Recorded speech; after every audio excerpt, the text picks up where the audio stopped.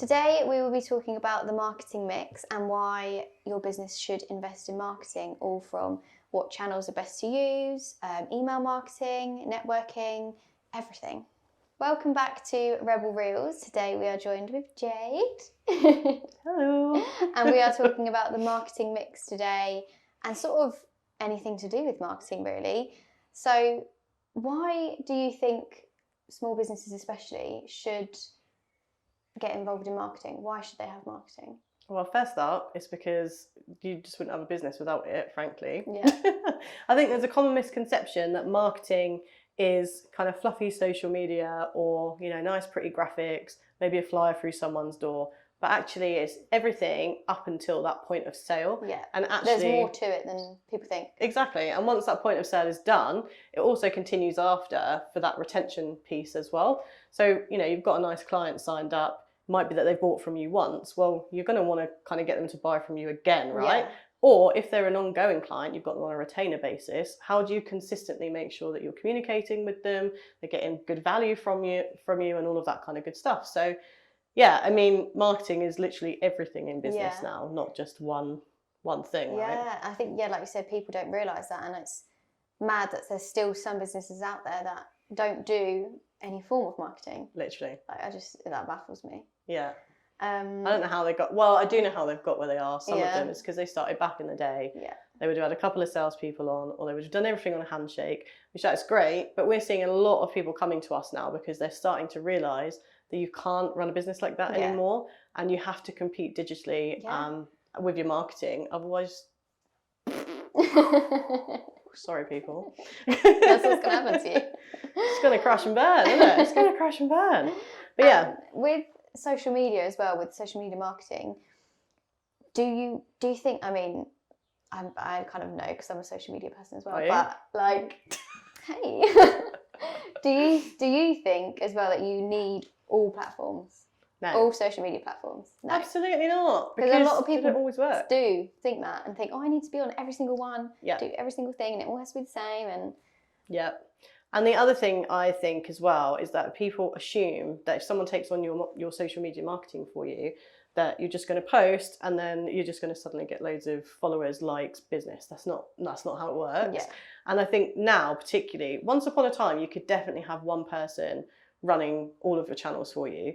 But I think it's becoming more and more apparent that you have to have a specialist in each channel to get success out of those channels. Yeah.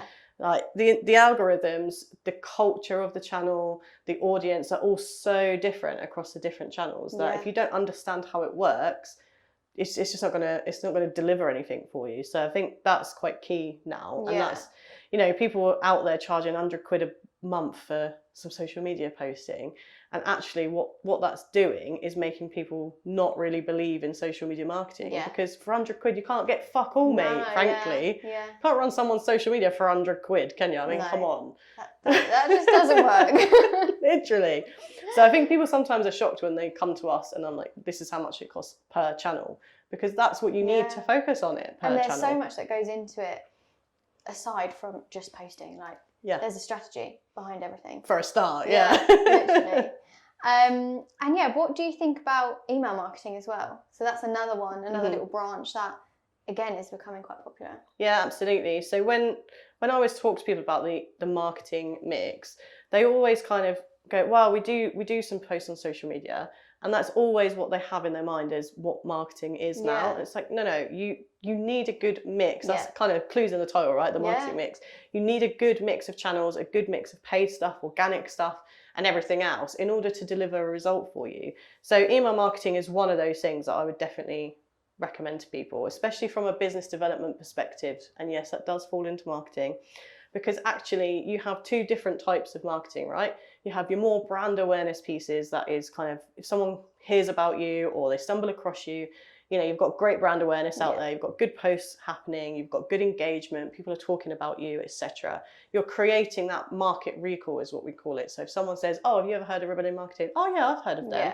They might not be a customer, they might not ever buy from you, but you've got that market recall. So therefore people would recommend you potentially, oh, I've heard of this mob, go and try them. And then you've got the other side of marketing, which is your more business development style marketing, lead generation, which is very different to going, here's some brand awareness. And Yeah. email marketing for me is where that comes in. But then again, you can also split those. So I would do more newslettery stuff for your kind of brand awareness pieces, keeping people up to date with what you're doing, kind of adding that value, giving tips, hints, resources, etc. And you have a more direct mailer to prospects, right? Yeah. So, but that falls back into marketing because the way that you word it, the stuff that you're attaching to that email, the type of people that you're talking to, building the list for the mailer, all of that kind of stuff is key.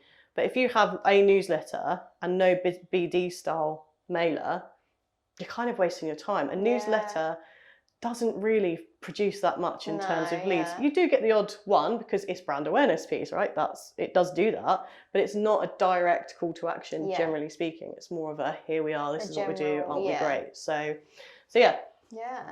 And speaking back towards the real mix of marketing, you've included in your post today about networking and how even that, people I think as well forget how important networking actually is, and not just 100%. online, actually going out and meeting people. Yeah, exactly. I think especially when you're a start-up business, that is absolutely essential, because even if you throw money, unless you've got millions of pounds, like prime, to throw at something that you're going to launch, if you are a start-up business with fuck all investment, you need to get your word out there, your brand out there as much as possible. So that includes the form of marketing that is in person, i.e. networking, right? It's still marketing, it's still maybe a form of sales, you could argue, but you're still out there, you're kind of getting people to understand who you are, what you do.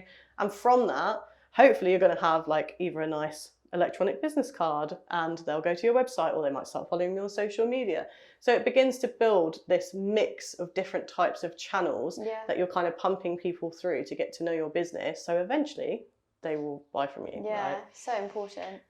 And in on that, with sort of, it's so important as well to make sure you reinvest into what you have invested into your business as well. Exactly. I think this is the key one for me with startup businesses quite often. And I totally get it, because what they want to do is get to a point where they're earning a living again so they can pay their bills. That's great.